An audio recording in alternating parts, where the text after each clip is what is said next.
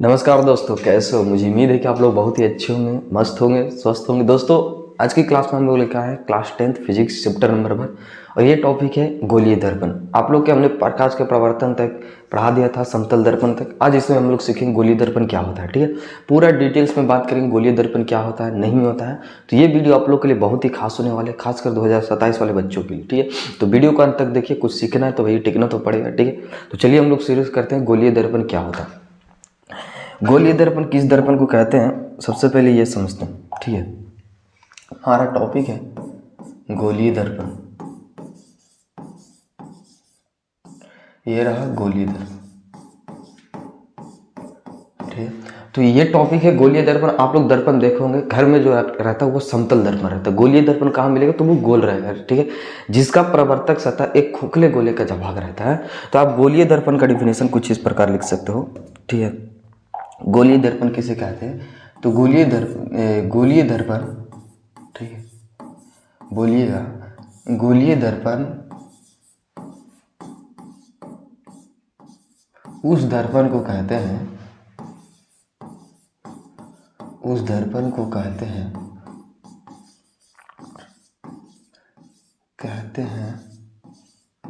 ठीक है, इतना समझ में आ गया। बस गोलीय दर्पण की डेफिनेशन याद कैसे रखें। देखिए, इतना हमने लिखा कि गोलीय दर्पण उस दर्पण को कहते हैं, ठीक है, जिसका प्रवर्तक सतह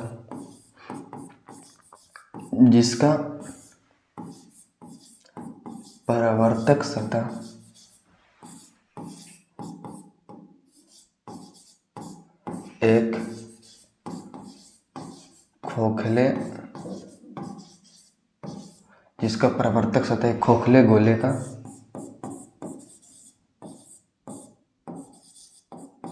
जो होता है तो भाग होता है।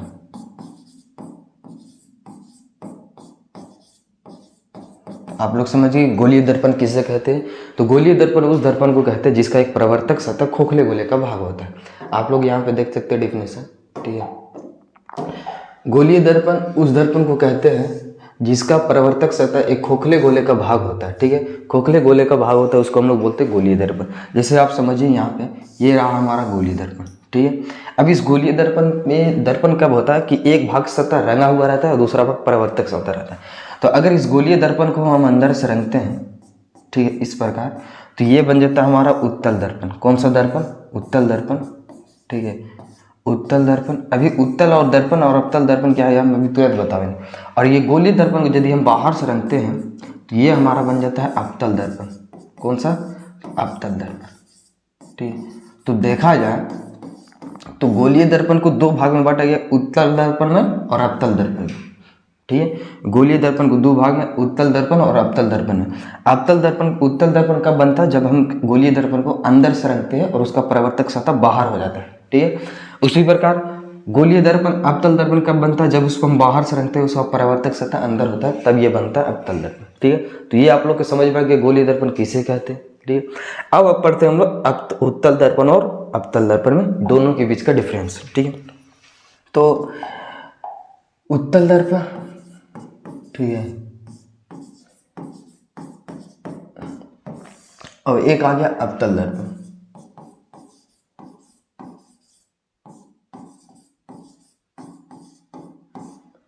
ये उत्तल दर्पण और अवतल दर्पण है क्या से समझते हैं।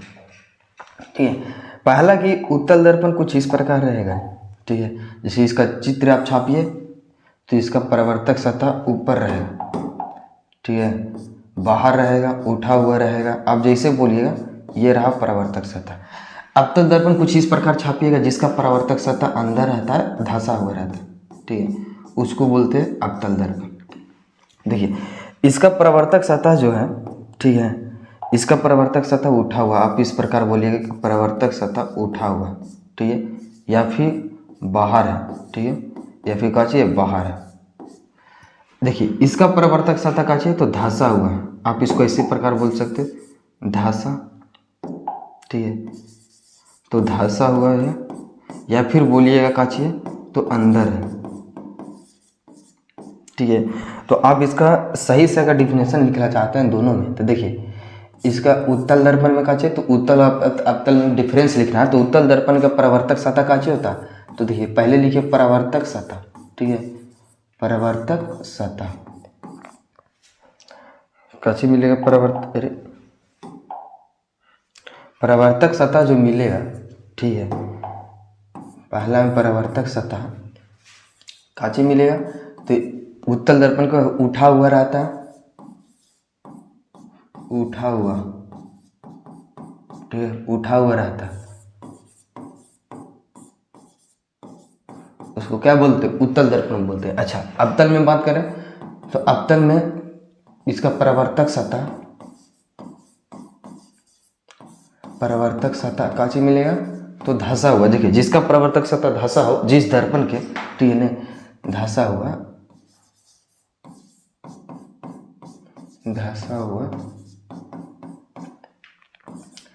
हुआ रहता है।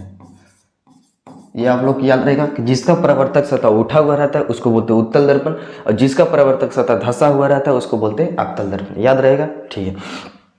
देखिए, उत्तल दर्पण में जो इमेज बनेगा, ठीक है, आप इसमें इमेज जो बनाइएगा ये हमेशा काल्पनिक इमेज बनता है, ठीक है, यानी इसमें जो प्रतिबिंब बनेगा, ठीक है, इसमें प्रतिबिंब जो रहेगा वो हमेशा आभासी रहता है।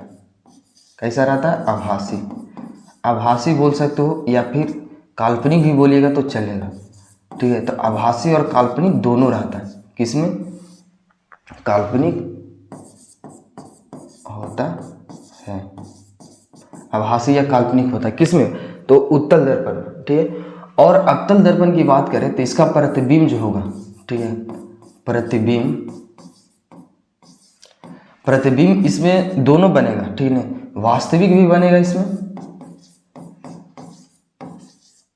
और काल्पनिक भी बनेगा, ठीक है। वास्तविक भी बन सकता है या फिर काल्पनिक, और काल्पनिक भी, ठीक है, मतलब दोनों एक साथ नहीं बनेगा, या तो वास्तविक बनेगा या फिर काल्पनिक, या वास्तविक या काल्पनिक।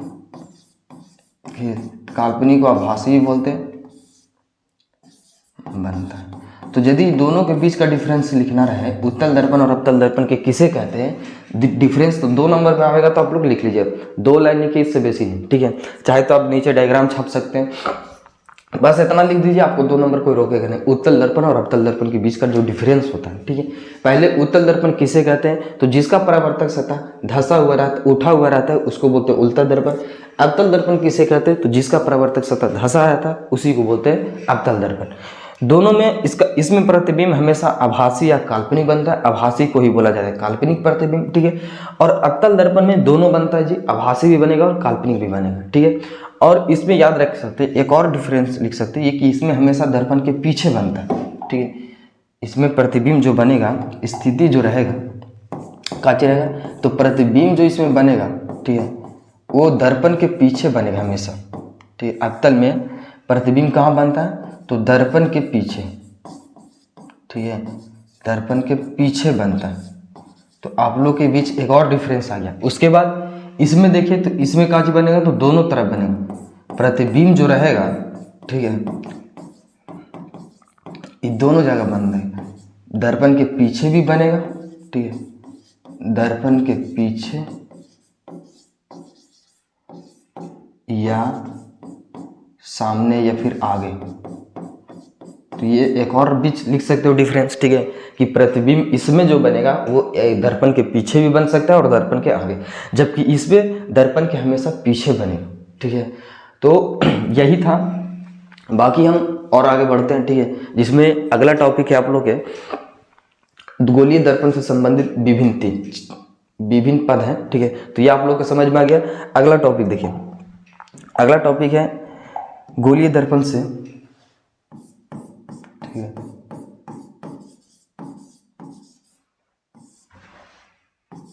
गोलीय दर्पण से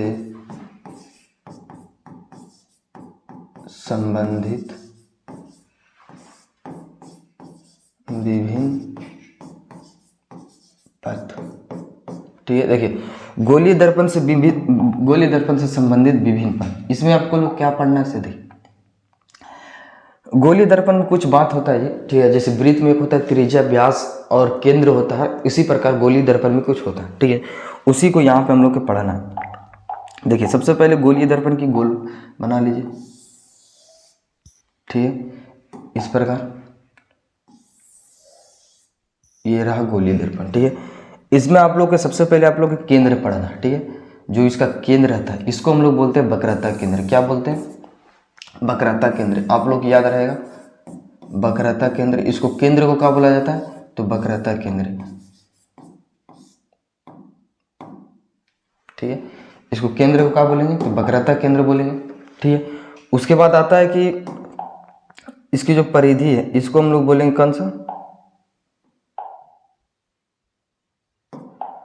अब आता है इसकी परिधि। ठीक है, तो इसको परिधि के तो दर्पण बोलेंगे। बाकी यहाँ से यहाँ जो रेखा दिख रहा है, ठीक है, अब इस प्रकार इसका त्रिज्या जिसको हम लोग बोलते हैं, ठीक है, इसको आप क्या बोलिएगा? तो इसको बोलते हैं वक्रता त्रिज्या। क्या बोलते हैं? वक्रता त्रिज्या बोलते हैं। ठीक है, केंद्र को आप ओ से लिख सकते हो, इसको ओ से लिखते हैं। ठीक है, और त्रिज्या को, वक्रता त्रिज्या को आर से लिखते हैं। काची से? कैपिटल आर से। ये आप लोग के बीच याद रहेगा। ठीक है, इतना आप लोग समझने में कोई दिक्कत नहीं। केंद्र को लिखते ओ से, केंद्र को लिखते केंद्र को हम लोग यहाँ पे वक्रता केंद्र बोलते हैं, त्रिज्या को वक्रता त्रिज्या बोलते हैं। ठीक है, और इसमें है कि यहाँ से जो जाएगा रेखा, ठीक है, जैसे ये है, इसको हम लोग बोलते हैं प्रधान अक्ष या मुख्य अक्ष बोल सकते हो। ठीक है, इसको क्या बोलते हैं? प्रधान अक्ष।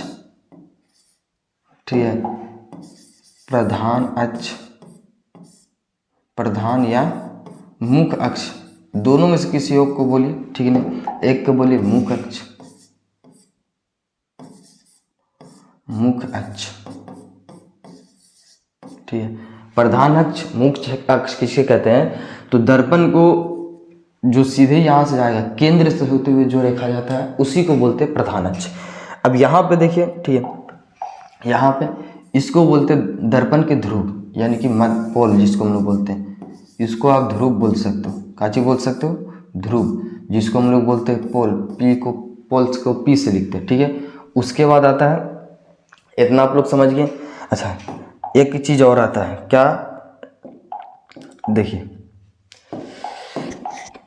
यहाँ पे इसको पी लिखते हैं, तो ये हो गया दर्पण के ध्रुव, और ये केंद्र, केंद्र के बीच में जो बिंदु आता है उसको बोलते हैं हम लोग फोकस। काजे बोलते हैं? फोकस, जिसको हम लोग कैपिटल एफ से लिखते हैं। ठीक है, उसके बाद फोकस हो गया जी, और क्या हो गया? तो दोनों के बीच की दूरी रहेगा। ठीक है, ये दोनों के बीच की दूरी, इसको हम लोग बोलते हैं फोकस दूरी। इसको क्या बोलते हैं? तो इसको आप लोग बोल सकते हो फोकस दूरी, फोकस दूरी। ठीक है, जिसको हम लोग स्मॉल एफ से लिखते हैं। बाकी केंद्र से, ठीक है, ओपी रेखा जो दिख रहा है, ये दोनों के बीच का जो दूरी है उसको हम लोग बोलते हैं वक्रता त्रिज्या। ठीक है, और वक्रता त्रिज्या, ठीक है, और केंद्र को हम लोग ओ से लिखते हैं। ज़्यादातर आपको यहाँ पे देखने के लिए मिलेगा ओ या सी से, इसको हम लोग सी से भी लिख सकते हैं, सेंटर। ठीक है, तो यही था जिसमें गोलीय दर्पण से विभिन्न संबंधित पथ्य था। ठीक है, जिसको आप लोगों को जानकारी रखना बहुत जरूरी है। चलिए हम इसको पारा पारी हम बता देते हैं कि क्या है नहीं है। ठीक है, आप देख सकते हो, सबसे पहले आता है गोलीय दर्पण में वक्रता केंद्र क्या होता है। तो गोलीय दर्पण की वक्रता केंद्र उस केंद्र को कहते हैं, गोलीय दर्पण की जो केंद्र होता है उसी को हम लोग बोलते हैं वक्रता केंद्र। देखिए, देखो जो केंद्र था उसी को हम लोग बोलते हैं वक्रता केंद्र। ठीक है, उसके बाद आता है वक्रता त्रिज्या। तो त्रिज्या किसे कहते थे? जो गोलीय दर्पण की जो त्रिज्या होता है उसी को हम लोग बोलते हैं वक्रता त्रिज्या। ठीक है, उसके बाद आता है प्रधान अक्ष। तो गोलीय दर्पण के केंद्र से जो रेखा जाता है, जो लाइन जाता है, उसी को बोलते हैं प्रधान अक्ष। ठीक है, प्रधान अक्ष आप देख सकते हो यहाँ से। ठीक है, आप इसको पी नाम दीजिए, जो भी नाम देना है। तो ओ से पी, या फिर इधर भी हो सकता है कि यहीं तक हो, तो इसी को बोलते हैं प्रधान अक्ष। ध्रुव किसे कहते हैं? तो दर्पण की जो मध्य बिंदु होगा, ठीक है, दर्पण की जो मध्य बिंदु होता है, मध्य बिंदु, उसी को हम लोग बोलते हैं ध्रुव। काजी बोलते हैं? तो ध्रुव बोलते हैं। ठीक है, उसके बाद आता है फोकस किसको कहते हैं? तो वक्रता केंद्र और ध्रुव के बीच, ठीक है, आप लिख सकते हो कि वक्रता केंद्र, यानी सी से लिखते हैं वक्रता केंद्र, और ध्रुव को पी से। तो दोनों के बीच की जो दूरी होता है, मध्य दूरी यानी मध्य बिंदु जो होता है दोनों के बीच में, उसी को हम लोग बोलते हैं फोकस। ठीक है, और फोकस दूरी किसे कहते हैं? तो फोकस दूरी फोकस और ध्रुव के बीच की जो दूरी होगा, ठीक है, फोकस दूरी किसे कहते हैं? तो फोकस, ठीक है, क्वाची फोकस और ध्रुव के बीच की जो दूरी होगा उसी को हम लोग बोलते हैं फोकस दूरी। ठीक है, तो यही था जो आप लोग के ध्यान में रखना बहुत जरूरी है जी, बहुत जरूरी। ठीक है, ये बहुत ही VBI है। तो चलिए अगला टॉपिक हम शुरू करते हैं। ठीक है, इसके बाद अगला टॉपिक है गोलीय दर्पण, गोलीय दर्पण का फोकस तथा फोकस दूरी। ठीक है, ये आप लोग को समझ में आ गया। चलिए अगला टॉपिक है गोलीय दर्पण की फोकस तथा फोकस दूरी।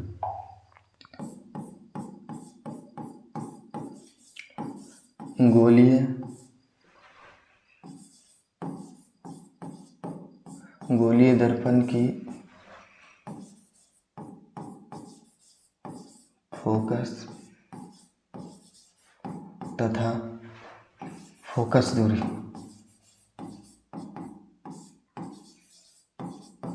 ठीक है, देखिए गोलीय दर्पण की फोकस और फोकस दूरी ये क्या होता है? हम दो गोलीय दर्पण में दो दर्पण होते हैं, उत्तल दर्पण और अवतल दर्पण। ये दोनों दर्पण को साथ में लेके चलने। ठीक है, तो सबसे पहले आप लोग के पढ़ा देते हैं अवतल दर्पण। देखिए अवतल दर्पण, ठीक है, और दूसरा में आप लोग के पढ़ाना है उत्तल में। ठीक है, उत्तल दर्पण का चीज पढ़ रहे हैं फोकस और फोकस दूरी। ठीक है, आप ध्यान में रखिएगा कि फोकस दूरी को, ठीक है, फोकस को कैपिटल एफ से लिखते हैं और फोकस दूरी को स्मॉल एफ से। ठीक है, ये दोनों के बीच हम पढ़ रहे हैं फोकस। क्या होता है फोकस और फोकस दूरी? जैसे आप गोलीय दर्पण की बात करें तो सबसे पहले हम उसमें बात करें अवतल दर्पण। तो आप एक अवतल दर्पण छापिए, इधर छाप लीजिए उत्तल दर्पण।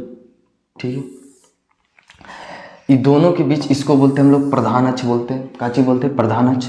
और इसको बोलते हैं ध्रुव, जिसको हम लोग P से लिखते हैं। ठीक है, बीच में आता है यहाँ पे वक्रता केंद्र, जिसको हम लोग वक्र त्रिज्या बोलते हैं। वक्रता केंद्र हो गया, इसको बोलते हैं त्रिज्या। ठीक है, अब इसमें आता है, इसको हम लोग बोलते हैं प्रधान अक्ष, इसको बोलते हैं पोल। ठीक है, यानी कि ध्रुव जिसको बोलते हैं, इसको आप बोल सकते हो केंद्र। ठीक है, इतना समझिए। अब इसी को दर्पण बनाना है। कौन सा दर्पण? उत्तल दर्पण। तो आप इसको अंदर से रंग दीजिए।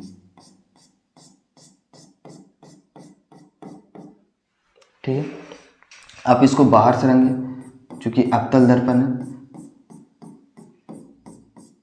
तो ये बन गया। ठीक है, अब ये बना तो इसमें क्या करना है? हमको फोकस ज्ञात करना है। क्या चीज ज्ञात करना है? फोकस। तो फोकस ज्ञात करना है तो हमेशा दो बात ध्यान में रखिएगा। कौन सा बात? देखिए फोकस ज्ञात करना है तो आप इतना याद रखिए कि मुख अक्ष के समांतर रेखा खींचिए। कहाँ से? तो मुख अक्ष के समांतर, मुख अक्ष के, ठीक है, यानी प्रधान अक्ष के जो समांतर रेखा है, प्रधान अक्ष के समांतर एक रेखा खींचिए। ठीक है, अक्ष के समांतर।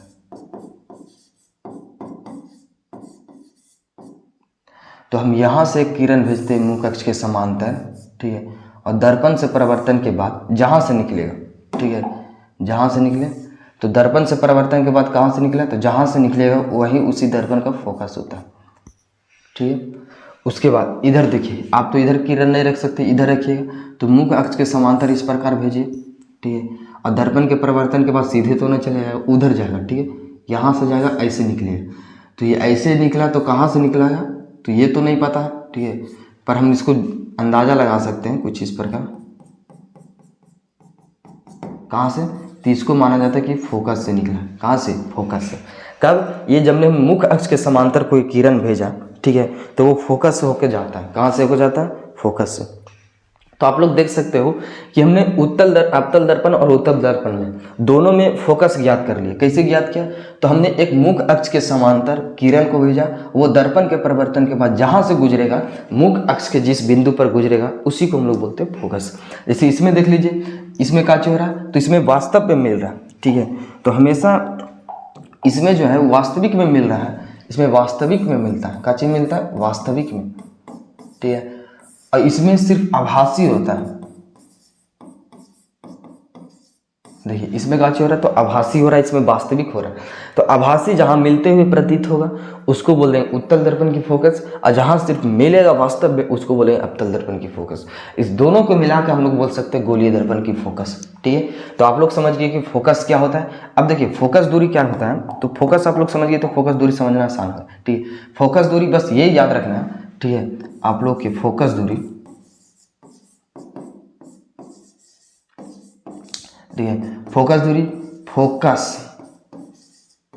और ध्रुव के बीच, किसके बीच, ध्रुव के बीच दूरी को ही का जो बोला जाता है तो फोकस बोला जाता है। ठीक है, तो फोकस दूरी किसे कहते हैं, तो फोकस तथा ध्रुव के बीच की जो डिस्टेंस होगा, जो दूरी होगा, उसी को हम लोग बोलते हैं फोकस दूरी। ठीक है, तो ये आप लोग को समझने में कोई दिक्कत नहीं। ठीक है, आगे बढ़ते हैं। तो अगला टॉपिक ये है हमारा, ठीक है, अगला टॉपिक है गोलीय दर्पण की फोकस और फोकस दूरी में संबंध। ठीक है, तो अगला टॉपिक क्या है, अगला टॉपिक देखिए क्या है,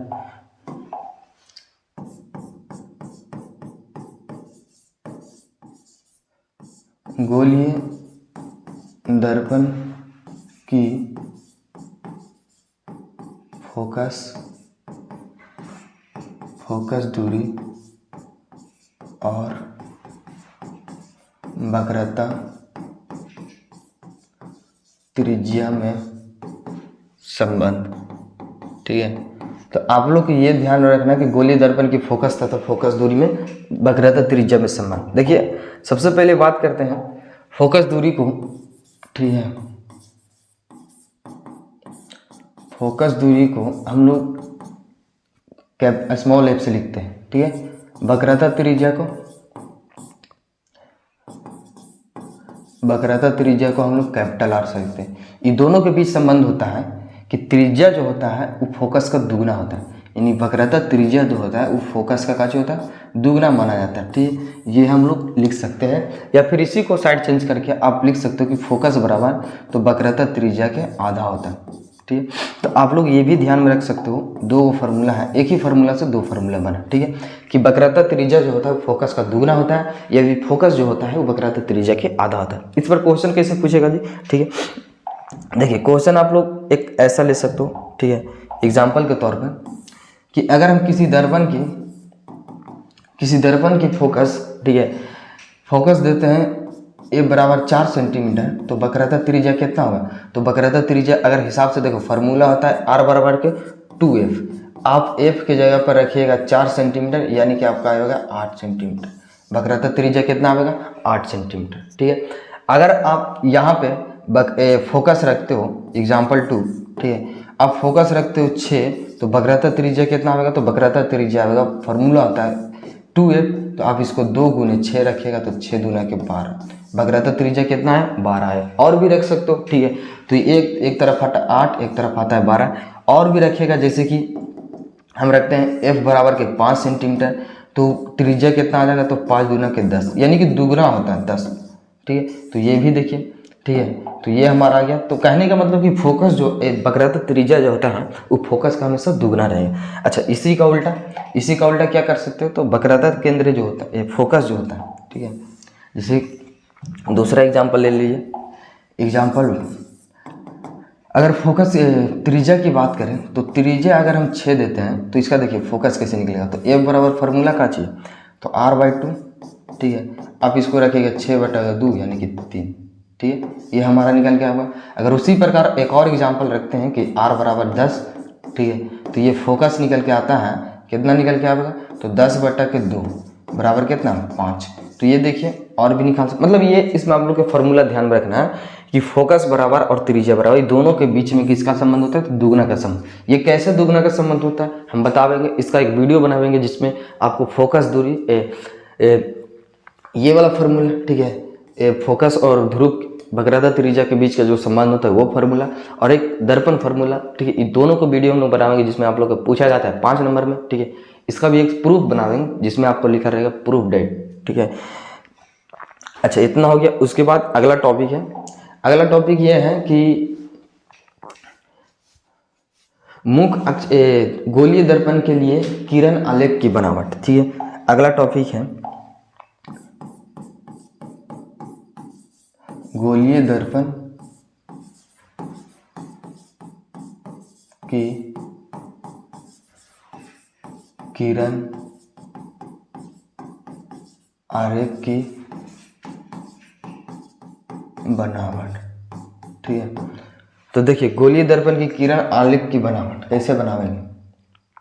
ठीक है, देखिए सबसे पहले इसमें क्या करना है, ये उस बात को आप लोग समझिए। गोलीय दर्पण की किरण की आलेख की बनावट, इसमें हम दोनों दर्पण में एक साथ पढ़ते हैं। सबसे पहले हम यहाँ पे टॉपिक पहला लिख देते हैं कि मुख अक्ष के समांतर। कहाँ, तो मुख अक्ष के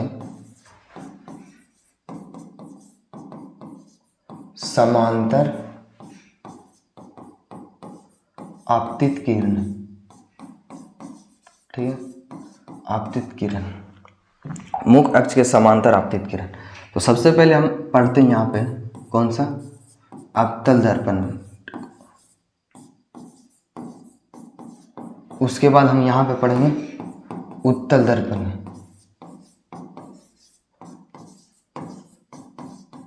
ठीक है, देखिए ये रहा हमारा दर्पण, अवतल दर्पण। इसमें बोला कि मुख अक्ष के समांतर इस प्रकार। ठीक है, मुख अक्ष के समांतर यहाँ से इसको बोलते ध्रुव, इसको बोलते फोकस। फोकस के ये दोनों के बीच के दुगना को हम लोग बोलते वक्रता केंद्र। तो यदि हम मुख अक्ष के समांतर कुछ इस प्रकार किरण भेजते हैं तो परिवर्तन के बाद कहाँ से निकलता है, तो फोकस से निकलेगा। कहाँ से निकलेगा, फोकस। हमेशा याद रखिए कि जब हम मुख अक्ष के समांतर आपतित किरण भेजाते हैं किसी दर्पण में तो परिवर्तन के बाद फोकस से निकलेगा। क्या इसी प्रकार हम उत्तल दर्पण में भी कर सकते हैं, तो हाँ कर सकते हैं। ठीक है, परिवर्तन के बाद कहाँ से निकलेगा, देखो इस प्रकार ये हो जाता है ध्रुव, ये हो जाता है फोकस। फोकस और दोनों के बीच के दोनों का बोलते हैं वक्रता केंद्र। ठीक है, अब ये हो गया इस, अच्छा ये तो वही दर्पण होंगे, दोनों तो सेम। इसमें उत्तल दर्पण छपना था, तो उत्तल दर्पण इस प्रकार कहाँ से रंग दी, अंदर से रंग दीजिए। ठीक है, इस प्रकार इसको बोलते ध्रुव, इसको बोलते फोकस, इसको बोलते वक्रता केंद्र। ठीक है, आप यहाँ से गुजारिए। ठीक है, और ये इस प्रकार निकल जाएगा। तो ये तो निकला, लेकिन प्रतीत कहाँ होगा आप लोग के निकलते हुए, तो ये होगा कि लगता है कि फोकस से होगा, गुजरा। कहाँ से गुजरा, फोकस से निकला। ठीक है, तो यदि किसी दर्पण में आप मुख अक्ष के समांतर किरण भेजते हैं तो परावर्तित के बाद कहाँ से निकलता है, तो वो सीधा सीधा परावर्तित के बाद, ठीक है, परावर्तित के बाद कहाँ से निकलेगा, तो परावर्तन के बाद वो निकलेगा सीधा सीधा फोकस। परावर्तन के बाद फोकस से, ठीक है, फोकस से वो निकलेगा, फोकस से निकलता है। ठीक है, निकलता है। तो आप लोग समझ गए कि जब हम मुख अक्ष के समांतर कोई किरण भेजते हैं तो वह किरण परिवर्तन के बाद कहाँ से निकलता है, फोकस से निकलता है। अगर निकलते हुए प्रतीत हो रहा है तो समझिएगा उत्तल दर्पण की बात कर रहा है, वास्तव में निकलता है तो उसको बोलते हैं हम लोग अवतल दर्पण की बात हो रहा है। ठीक है, तो आप लोग समझ गए। उसके बाद हम लोग आगे पढ़ते हैं कि जब, अच्छा आप लोग तो देखिए मुख अक्ष के समांतर भेजें तो फोकस से निकला, तो इसका उल्टा भी हम कर सकते हैं कि जब हम फोकस से समांतर भेजते हैं, ठीक है, फोकस से निकालते हैं, तो अगला है कि दूसरा टॉपिक है फोकस से आपतित किरण। ठीक है, आपतित किरण, दोनों में बात कर लो, उत्तल दर्पण और अवतल दर्पण। ठीक है, तो पहले हम बात करते हैं अवतल में। ठीक है, अवतल दर्पण। उसके बाद हम बात करते हैं उत्तल दर्पण। देखिए अवतल दर्पण में क्या होगा से समझते हैं, ये छाप लीजिए। ठीक है, ये हमारा फोकस हो गया, ये हमारा ध्रुव हो गया, ये हो गया फोकस, और ये हो गया वक्रता केंद्र। ठीक है, उत्तल दर्पण छाप लीजिए तो इस प्रकार। ठीक है, इसको बोलते ध्रुव, इसको बोलते फोकस बोलते, और इसको बोलते वक्रता केंद्र। ठीक है, यहाँ पे देख लिए। अब देखिए हम क्या बोले कि फोकस से आपतित किरण, आप इसको फोकस से गुजारी किरण। ठीक है, इस प्रकार, तो परावर्तित के बाद सीधे निकल जाएगा, यानी समांतर। जब हम फोकस से गुजारते हैं तो ये मुख अक्ष के समांतर निकल जाता है। ठीक है, जब हम इसको फोकस से गुजारते हैं तो कहाँ से निकलता है, मुख अक्ष के समांतर। ठीक है, इसमें भी वही होगा कि आप फोकस से तो नहीं गुजार सकते, लेकिन फोकस से सिर्फ प्रतीत कर सकते। ठीक है, तो ये मुख अक्ष के समांतर जाएगा, ये इस प्रकार है और इस प्रकार चल गया। तो याद रखिएगा, जब हम मुख अक्ष के समान फोकस कर देते हैं, फोकस से आपतित किरण करते हैं, तो परावर्तित के बाद कहाँ से निकलता है, परावर्तित किरण कहाँ से निकलेगा, तो ये निकलेगा मुख अक्ष के समांतर, मुख अक्ष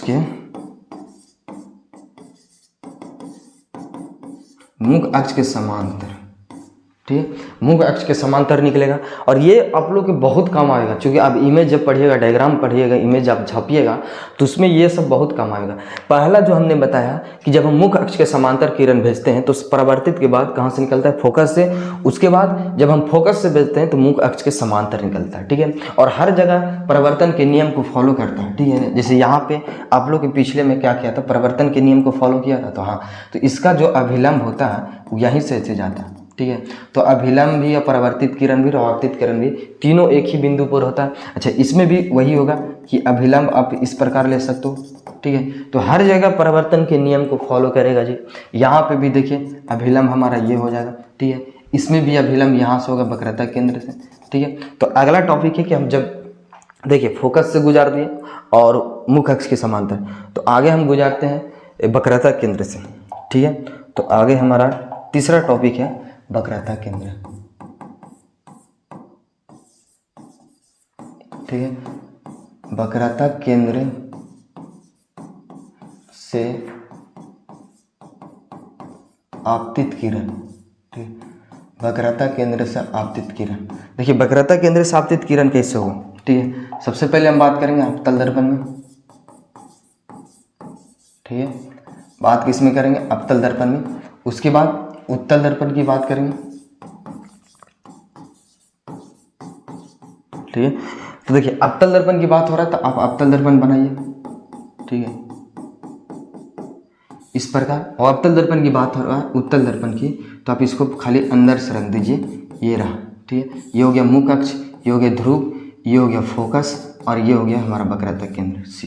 ठीक है, इसमें यही होगा, ध्रुव हो गया जी, फोकस हो गया, ये हो जाएगा वक्रता केंद्र जिसको हम लोग सी से लिखते हैं। अब इसमें हम लोग क्या करना है, तो किरण कहाँ से भेजना, तो किरण भेजना हमको वक्रता केंद्र से। तो वक्रता केंद्र से कैसे जाएगा, तो कुछ इस प्रकार, या तो ऊपर में भेजिए या फिर नीचे में, जैसे भेजना आपको इस प्रकार भी भेज देते हैं। तो यहाँ से आपतित किरण जाएगा तो इसी पद पर लौट जाता है। ठीक है, यानी जिस पद पर आया, तो देखो परावर्तित के बाद कहाँ से जाएगा, तो परावर्तित के बाद ये जाएगा, परावर्तित के बाद जो होगा, ठीक है, कहाँ से निकलेगा, तो ये निकलेगा वहीं से जहाँ से आया था, यानी वक्रता केंद्र से। ठीक है, तो यदि हम वक्रता केंद्र से आपतित किरण करते हैं तो प्रवर्तित के बाद कहाँ से निकलता है, तो उसी पद पर वापस लौट जाता है। ठीक है, अच्छा इसमें देखिए, इसमें आपको तो ऐसे इस प्रकार तो नहीं भेज सकते इधर से, लेकिन हाँ हम इधर से भेज सकते हैं। इधर से भेजेंगे, आपतित किरण करेंगे तो ये प्रवर्तित के बाद उसी पद पर वापस लौट जाएगा। इसमें प्रतीत होता है लेकिन इसमें वास्तव में होता है। ठीक है, तो इसका फोकस चूंकि इधर रहता है, सब लेफ्ट साइड रहता है, इसीलिए ऐसा लगता है। प्रवर्तक सत्ता उधर बाहर हो जाता है, इसी कारण हम इधर से सिर्फ काल्पनिक करते हैं कि यहाँ से गया। ठीक है, वहाँ से वक्रता केंद्र की दिशा में आया। ठीक है, तो आप लोग समझ सकते हो कि जब हम वक्रता केंद्र की दिशा में आपतित किरण करते हैं तो प्रवर्तित के बाद उसी पद पर वापस लौट जाता है। ठीक है, तो और अगला है ध्रुव पर। ठीक है, अगला किस पर है, तो ध्रुव पर। चौथा है ध्रुव की दिशा में आपतित किरण। ठीक है, ध्रुव की दिशा में आपतित किरण। तो ध्रुव की दिशा में किस प्रकार आपतित किरण होगा, तो पहले आप बात कर लीजिए अवतल दर्पण। ठीक है, ये आप लोग के टॉपिक बहुत इंपॉर्टेंट है, आप लोग जब इमेज पढ़िएगा तो उसमें बहुत काम आएगा। उसके बाद हम पढ़ते हैं उत्तल दर्पण। ठीक है, उत्तल दर्पण, ये हो गया अब तक उत्तल। ठीक है, अवतल दर्पण के लिए आप अवतल दर्पण बना लीजिए। इसमें होता है ध्रुव हो गया, फोकस हो गया, वक्रता केंद्र हो गया। ठीक है, इसमें भी वही होता है, बस इसको खाली अंदर से रंग दीजिए।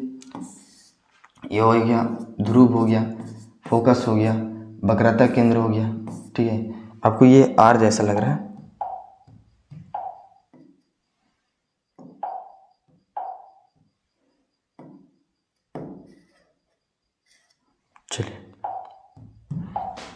इसमें क्या बोला कि ध्रुव की दिशा में, तो ध्रुव की दिशा में हम कुछ इस प्रकार भेजेंगे किरण, तो परिवर्तित के बाद उसी दिशा में जितना डिग्री कोण बना है यहाँ पे उतना ही से ये वापस लौट जाएगा। ठीक है, यहाँ पे होता है कि ध्रुव की दिशा में आया, ध्रुवे से निकल जाता है इस प्रकार। ठीक है, जितना डिग्री के यहाँ पे कोण बनावेगा आय उतना ही डिग्री आर बना। हर जगह परिवर्तन के नियम को फॉलो करता है, ऐसा नहीं है कि नहीं करेगा। ठीक है, क्योंकि आपतित किरण और परिवर्तित किरण और अभिलंब तीनों एक ही दिशा में होता है। तो आप लोग याद रखिएगा कि ध्रुव की दिशा में जब भेजते हैं तो परिवर्तित के बाद, ठीक है, परिवर्तित के बाद क्या होता है, तो उसी दिशा में यानी कि ध्रुव के ही दिशा में परिवर्तित हो जाता है। ठीक है, तो आप लोग समझिए। उसके बाद तो बस यही था हमारा टॉपिक। ठीक है ना, यही था आप लोग के पढ़ाना मेन है दर्पण। ठीक है, तो हमने सारा बात कर दिया दर्पण में, फोकस की बात किया। ठीक है, दर्पण में कौन सा दर्पण होता है, तो आप लोग सबसे पहले इसका एक रिवीजन कर लीजिए। ठीक है, सबसे अच्छा रहेगा। सबसे पहले हमने बताया है कि गोलीय दर्पण किससे कहते हैं। ठीक है, गोलीय दर्पण उस दर्पण को कहते हैं जिसका परावर्तक सतह एक खोखले गोले का भाग होता है। ठीक है, देख सकते हो परावर्तक सतह। गोलीय दर्पण को यहाँ पे दो भाग में बांटा गया, पहला उत्तल, दूसरा अवतल। उत्तल कब होता है जी, जब गोलीय दर्पण को हम अंदर से रंग देते हैं तो वो बन जाता है उत्तल दर्पण, और जब हम गोलीय दर्पण को बाहर से रंग देते हैं तो वो बन जाता है अवतल दर्पण। ठीक है, आगे हम लोग को पढ़ना उत्तल दर्पण और अवतल दर्पण में दोनों के बीच का डिफरेंस पढ़ना है। ठीक है, गोलीय दर्पण में उत्तल दर्पण किसे कहते हैं, तो जिसका परावर्तक सतह उठा हुआ रहता है उसी को बोलते हैं हम लोग उत्तल दर्पण। ठीक है, अवतल दर्पण किसे कहते हैं, तो जिसका परावर्तक सतह धंसा हुआ रहता है उसको बोलते हैं कौन सा दर्पण, अवतल दर्पण। उसके बाद प्रतिबिंब किसे, इसमें जो प्रतिबिंब बनता है उत्तल दर्पण में आभासी या काल्पनिक बनेगा। ठीक है, उसके बाद इसमें जो प्रतिबिंब बनेगा हमेशा दर्पण के पीछे बनता है, लेकिन उसमें बात करें अवतल दर्पण, उत्तल दर्पण, अवतल दर्पण में, तो इसमें जो प्रतिबिंब बनता है वास्तविक बनता है और काल्पनिक भी बन सकता है, मतलब इसमें दोनों बनेगा। ठीक है, प्रतिबिंब इसमें कैसे होता है, तो दर्पण के पीछे भी बनता है आगे भी बनता है। ठीक है, तो ये डिफरेंस है। आप लोग के यदि 2 नंबर में आवा है तो ये बात लिख सकते हो, इसमें कोई दिक्कत नहीं है। ठीक है, उसके बाद ये रहा कि गोलीय दर्पण से संबंधित विभिन्न पद। आप गोलीय दर्पण पढ़ते हैं उसमें बहुत सारी ऐसी चीजें आप लोग के ध्यान में रखना होगा। ठीक है, सबसे पहले वक्रता केंद्र किसे कहते हैं, तो गोलीय दर्पण की जो केंद्र होता है उसी को हम लोग बोलते हैं वक्रता केंद्र। उसके बाद आता है वक्रता त्रिज्या। आप एक वृत्त देखे उसमें आप त्रिज्या जानते हैं, उसी को हम लोग बोलते हैं यहाँ पे वक्रता त्रिज्या। सिर्फ आप लोग को नया बड़ा लग रहा होगा वक्रता, तो आप लोग याद रख सकते हो। ठीक है, वक्रता त्रिज्या किसे कहते हैं, तो गोलीय दर्पण की त्रिज्या जो होता है उसी को हम लोग बोलते हैं वक्रता त्रिज्या। प्रधान अक्ष की बात करें या फिर मुख्य अक्ष किससे कहते हैं, तो प्रधान अक्ष यही होता है कि ध्रुव से और वक्रता केंद्र से जो रेखा जाता है, जो लाइन जाता है उसी को हम लोग बोलते हैं प्रधान अक्ष या मुख्य अक्ष। उसके बाद ध्रुव किसे कहते हैं, तो गोलीय दर्पण की जो मध्य बिंदु होता है उसी को हम लोग ध्रुव कहते हैं। फोकस किसे कहते हैं, तो गोलीय दर्पण की जो यहाँ पे ध्रुव हो गया और ये वक्रता केंद्र हो गया, ये दोनों के बीच मध्य बिंदु को हम लोग क्या बोलते हैं, फोकस बोलते हैं। आता है फोकस दूरी, तो फोकस दूरी किसे कहते हैं, तो फोकस दूरी ध्रुव और फोकस के बीच की जो डिस्टेंस होता है, जो दूरी होता है उसी को हम लोग बोलते हैं फोकस दूरी। ठीक है, उसके बाद यह है कि गोलीय दर्पण की फोकस तथा फोकस दूरी। ठीक है, गोलीय दर्पण की फोकस तथा फोकस दूरी आप लोग इसमें पढ़ने गोलीय दर्पण की फोकस और फोकस दूरी क्या होता है। तो सबसे पहले हम पढ़ते हैं अवतल दर्पण में, उसके बाद उत्तल दर्पण में। देखिए अवतल में क्या होता है, तो हम किसी मुख्य अक्ष के समांतर एक किरण भेजते हैं और परावर्तन के बाद मुख्य अक्ष के जिस बिंदु पर काटता है उसी को हम लोग बोलते हैं गोलीय दर्पण की फोकस। ठीक है, इसमें काटती हुई प्रतीत होता है या फिर मिलती हुई प्रतीत होता है मुख्य अक्ष के जिस बिंदु पर, उसी को बोलते हैं हम लोग क्या, फोकस बोलते हैं। ठीक है, फोकस दूरी और फोकस दूरी, ठीक है, और ध्रुव के बीच की जो दूरी होता है उसी को हम लोग बोलते हैं फोकस दूरी। फोकस दूरी किसे कहते हैं, तो फोकस और ध्रुव के बीच की जो दूरी होता है उसी को बोलते हैं फोकस दूरी, और फोकस दूरी को हम लोग स्मॉल f से लिखते हैं। ठीक है, किसी को दिक्कत यहाँ तक नहीं। ठीक है, उसके बाद हमने पढ़ा कि गोलीय दर्पण की फोकस दूरी और वक्रता त्रिज्या में संबंध। तो गोलीय दर्पण को फोकस दूरी को देखिए r इक्वल टू होता है 2f, ठीक है, और f इक्वल टू होता है r/2। तो आप लोग ये दोनों एक ही फार्मूला से 2 फार्मूला बना, और इसको हम लोग प्रूफ भी करेंगे अगले वीडियो में, देखिएगा इसका एक वीडियो रहेगा। उसके बाद हम लोग पढ़ना गोलीय दर्पण की किरण के आलेख की बनावट। ठीक है, इसमें हम लोग पढ़ना कि गोलीय दर्पण में जब हम किरण कैसे भेजते हैं। ठीक है, तो पहले हमने छापा अवतल दर्पण, उसके बाद उत्तल दर्पण। अवतल दर्पण में पहला हमारा है कि मुख्य अक्ष के समांतर आपतित किरण। ये बहुत कम आएगा आप लोग के, बहुत भी आई है। जब आप इमेज पढ़िएगा उसमें छापिएगा उत्तल दर्पण अवतल दर्पण में, तो ये सब बहुत काम आने वाला है, इसलिए इसको आप ध्यान से पढ़िए। सबसे पहले मुख अक्ष के समांतर आपतित किरण दर्पण से परावर्तन के बाद कहाँ से निकलेगा, तो फोकस से निकलेगा। मुख अक्ष के समांतर फोकस से निकलेगा। इसमें भी देख सकते हैं मुख अक्ष के समांतर जाता है तो फोकस से निकलते हुए प्रतीत होता है। ठीक है, अगला क्या है, तो अगला उसी में है, तो फोकस से आपतित किरण, अच्छा फोकस से आपतित किरण जाएगा तो कहाँ से निकलेगा, मुख अक्ष के समांतर निकलेगा। ठीक है, उसके बाद कहते हैं वक्रता केंद्र से आपतित किरण, तो वक्रता केंद्र से जब आपतित किरण कीजिएगा तो सीधा सीधा वहीं से निकलेगा वक्रता केंद्र से। ठीक है, उसके बाद देखिए ओके, उसके बाद कहता है कि ध्रुव की दिशा में आपतित किरण, जब इसको ध्रुव की दिशा में भेजाइएगा तो फिर उसी दिशा में यानी ध्रुव की ही दिशा में वापस लौट जाता है परावर्तित किरण। ठीक है, उसके बाद यही था। तो वीडियो कैसा लगा आप लोग कमेंट में बता सकते हैं, अपने दोस्तों के पास शेयर कीजिए। बाकी आप लोग को ऐसा ही टॉपिक चाहिए, ठीक है नहीं, तो आप लोग बता सकते हो कमेंट में। बाकी कुछ दिक्कत हो कुछ प्रॉब्लम हो तो कमेंट में बताइए। बाकी मिलते हैं अगले वीडियो में। जय हिंद जय भारत।